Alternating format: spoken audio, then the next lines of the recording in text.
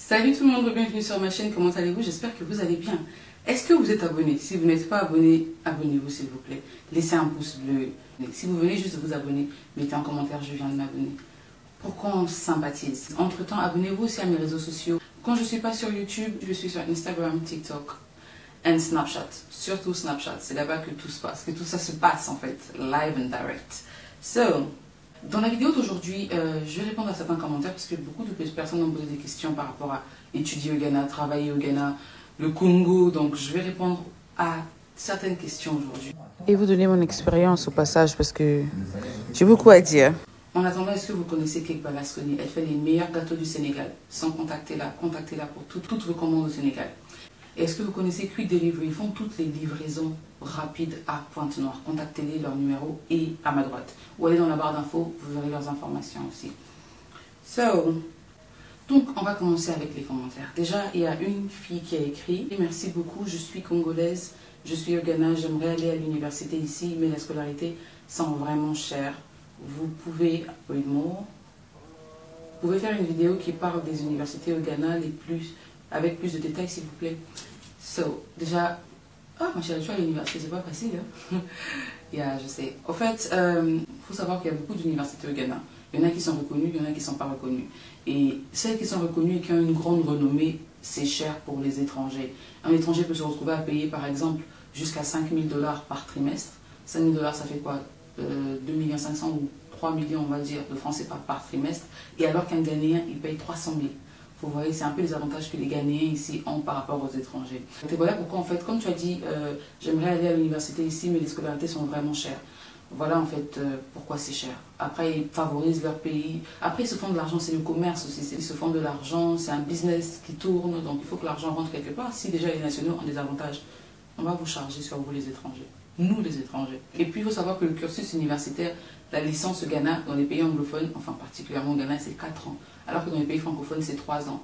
Donc, si tu as le temps, si tu peux te permettre de passer les 4 ans à l'université et payer l'école aussi cher que ça, tant mieux. Sinon, tu peux prendre une autre alternative, ce qu'on appelle des short courses, des formations, genre les formations reconnues, hein, comme les formations de Google et tout ça, de marketing de Google. En tout cas, il y a plein de formations ici, plein de centres de formation.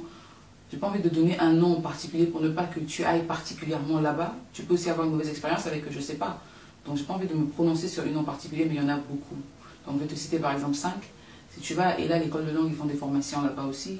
Tu vas à Eagle Vision, ils font des formations. Il y a IPMC, ça, je crois que c'est la plus reconnue des formations. Même à Wisconsin University, là-bas, ils font des formations. Même dans les universités, il y a des formations de 1 an, 2 ans, 3 ans, quelque chose comme ça. Il y a des formations, même quand tu fais pendant 2 ans, après tu peux aller avoir ton master, ta licence pendant 1 an. Tu vas dans une université, 1 an, tu fais ta licence et tu continues. Maintenant, pour les écoles qui ne sont pas chères, il y en a. Comme Zenith University, I think, c'est à Labadie Beach. Cette université est vraiment la moins chère que tu puisses trouver, mais ça n'a pas une bonne réputation. Il y a beaucoup de Nigériens là-bas. Ça n'a pas une bonne réputation dans le sens où souvent ils ont souvent ils ne font pas cours pendant un long moment. Souvent, les gens qui viennent de là-bas, souvent leur diplôme n'est pas reconnu parce que les notes sont achetées. En fait, c'est pas sérieux, quoi. Après, il y a une autre université qui est vraiment abordable, Dominion University. Vous devez me payer pour ça, hein, les gens de Dominion, là. Là-bas, ils ont des prix abordables. Je crois que ça peut arriver jusqu'à 3 000 Ghana le trimestre, qui fait 150 000 ou 300 000 maximum. Je sais, c'est trop, même 300 000 le trimestre. Mais je pense pas. Je pense que c'est dans les 200 et quelques mille le trimestre. Et c'est tout. Tous les 3 mois. Imaginez 3 trimestres l'année. Ou 3 semestres, je sais plus. Ça vous fait quoi? Moins de 500 000 ou 500 000 l'année, en fait. C'est vraiment intéressant. Mais par contre, il n'y a pas toutes les filières là-bas. Ils font dans les ressources humaines, ils font dans le marketing, je pense, computer science, IT, information technology. Ils font dans des domaines un peu basiques, business administration, comptabilité, des trucs comme ça. Vous pouvez chercher, et vous, si vous êtes encore au pays, vous cherchez une université en ligne, pour le Ghana par exemple, écrivez EDUC ou edu.Ghana University. Vous allez voir beaucoup d'universités. EDU, c'est genre un site gouvernemental où vous trouvez les vraies universités reconnues. Vous voyez, ou bien même les vraies formations mais reconnues. Si vous tapez sur mon université, vous allez tout trouver. Et il y a des arnaqueurs en ligne. Donc, ouais, il faut faire attention. J'espère que j'ai répondu à ton message avec les détails que tu voulais. Deuxième question. Coucou Angèle, je suis Nasty, je travaille ici au Congo-Brazzaville. J'aimerais savoir une chose. Est-ce que c'est possible pour moi de m'installer au Ghana et de trouver un job là-bas? Oh, coucou Nasty, t'es adorable. Oui, c'est possible que tu trouves un travail ici, c'est possible que tu t'installes. On peut voir par rapport au SMIC, combien tu gagnes au Congo. Est-ce que ce que tu fais au Congo est recherché ici? Est-ce que c'est pas un métier basique ici? Est-ce que c'est... Voilà, quoi, ça dépend de beaucoup de facteurs. Donc, mais c'est possible. Et là, il faut savoir que le coût de vie est plus cher ici quand tu travailles au Ghana et tu gagnes ton argent dans la monnaie locale. Parce que la monnaie est souvent dévaluée. Ça dépend du taux du dollar. Mais si tu reçois ton argent en dollars, par exemple, en euros ou en monnaie étrangère, tu t'en sors largement. Mais sinon, le Ghana, c'est la terre des opportunités. Même le business, tu peux tout faire, tout va réussir ici, sincèrement. Après, ne plonge pas seulement, ne viens pas à l'aventure, genre ne quitte pas ton job juste pour venir te chercher ici parce qu'on a dit que c'est bien, fais tes recherches, essaie de voir par rapport à ton domaine, combien ils offrent ici, so. Si tu veux plus de détails, tu peux m'écrire en DM. Je serai ravie de répondre à tes questions. Et j'espère aussi que tu es bilingue, que tu parles deux langues quand tu veux venir. Ou si tu dois encore prendre un an d'études de la langue, ça va un peu retarder un peu. Il y a une autre fille qui dit et après les cours d'anglais, si je veux étudier dans une université de la place, quelles sont les étapes à suivre? Bon, je mettrai les vidéos auxquelles ils ont. Après les cours d'anglais, il y a ce qu'on appelle traduire ces documents. Tu prends ton relevé de bac, tes notes et tout, et tu vas à Legon University, l'University of Ghana, c'est l'université régionale de Dakar. Tu arrives là-bas, je crois qu'il y a, c'est proche, à l'époque c'était vers la faculté des lettres. Donc, quand tu vas dans la faculté des lettres, tu dis que tu veux traduire tes documents. Je ne sais pas s'ils sont toujours là-bas. Tu vas, tu donnes tes documents, tu laisses 2-3 jours après, tu reviens prendre tes documents.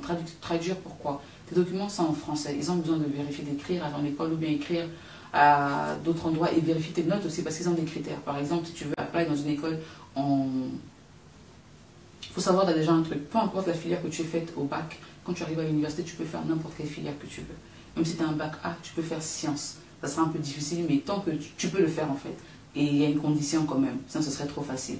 Il faut que tu aies une bonne moyenne en mathématiques. Par exemple, au Ghana, les mathématiques, c'est ce qu'ils regardent le plus pour toutes les filières. Donc si tu as moins de 8 en mathématiques, tu ne passes pas. Tu ne seras pas accepté dans beaucoup d'écoles. Voilà. Il y en a qui vont te prendre, mais pas toutes quoi. Donc c'est aussi pour vérifier tout ça, tu déposes tes documents, 2-3 jours. C'est pas cher, à l'époque ça m'a coûté 5 000, 10 000. Non, à l'époque ça m'a coûté 15 000 par là, parce que j'ai beaucoup de documents à traduire.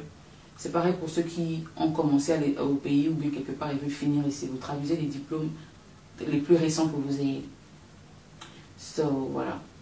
Vous traduisez, après vous allez dans une université, vous prenez, vous remplissez la forme, vous payez les frais d'inscription et vous commencez vos cours. Vous commencez et puis vous allez à l'université, vous donnera son programme, vous commencez vos cours, simplement. Pareil pour les centres de formation. Mais les centres de formation ne demandent généralement pas de traduire les documents et tout ça. Maintenant, il y a un commentaire, il y a quelqu'un qui a commenté, qui a dit le Congo, je ne sais pas si c'est une femme ou un homme, mais avec les fleurs, let's assume it's a woman, on va se dire que c'est une femme, ok? Le Congo, pays des fous, une seule chance que vous n'êtes pas congolaise d'origine. Sinon, ce pays-là, c'est triste. Et je me pose la question, les gens font comment? Si vous pouvez rentrer chez vous auprès de votre famille, surtout si votre pays d'origine est mieux, rentrez parce que le Congo, c'est un pays pas bien. Déjà, ma chérie, ça ne sert à rien de généraliser. Il y a le sorcier partout. Pourquoi blâmer le pays? Je ne te juge pas. Hein. Non. Ce message, quand je lis ce message, je sens de la douleur, je sens de la rage, je sens de la colère, ou une expérience. Donc je vais assume that, je vais me dire que tu es passé par une situation un peu compliquée au pays. Genre, on t'a bouffé ou on t'a fait quelque chose, en tout cas, on t'a fait quelque chose de pas bien. Tu es passé par un moment de... Ce que je veux dire, c'est que tu es passé par un moment de stress, en tout cas, on t'a stressé. Après, je ne sais pas exactement par quoi tu es passé, si tu as perdu un être cher, si... Peu importe, tout peut arriver dans tous les pays. Mais juste te dire, ne blâme, c'est pas parce qu'un chien t'a mordu que tous les chiens ont la rage. Voilà, ne blâme pas un pays entier. Tu es encore chanceuse même, on n'est pas nombreux sur ma communauté, tu aurais fait ce commentaire par exemple chez une personne qui est populaire et tout ça, il t'aurait ramassé, les gens t'auraient mal parlé parce qu'on ne dit pas ça en fait, tu vois. C'était pas gentil quand même. Après, je suis d'originaire du Congo, Brazzaville, pas totalement. Je suis née au Congo, ma mère, elle est congolaise par sa mère qui est Vili. Donc, on va dire que je suis congolaise, quoi. So, voilà. Et, yeah. Donc, s'il te plaît, ne repose plus ce genre de commentaires. C'était quand même méchant. J'ai pris du temps avant de répondre. J'ai même pas envie de répondre. Je me suis dit, c'est mieux que je réponde en vidéo pour que tu sentes mieux mon message. Parce que écrire, ça peut paraître very harsh, ça peut paraître méchant, alors que c'est pas le but, en fait. Je veux te conscientiser et non tout foncer. So, voilà. Donc, on arrive à la fin de la vidéo. J'espère que vous avez aimé cette vidéo. Mais entre-temps, abonnez-vous à mes réseaux sociaux, à mon compte Instagram, à mon compte Snapchat, à mon compte TikTok. Je les mettrai là. Parce que quand je ne suis pas sur YouTube, bah c'est là-bas que je suis. Surtout sur Snapchat, because I post regularly. Je poste régulièrement, tous les jours, il y a au moins un post sur Snapchat. Donc voilà, j'espère que j'ai répondu à vos questions. Abonnez-vous, laissez un pouce bleu. Et on se dit jusqu'à la prochaine vidéo. Ciao, ciao.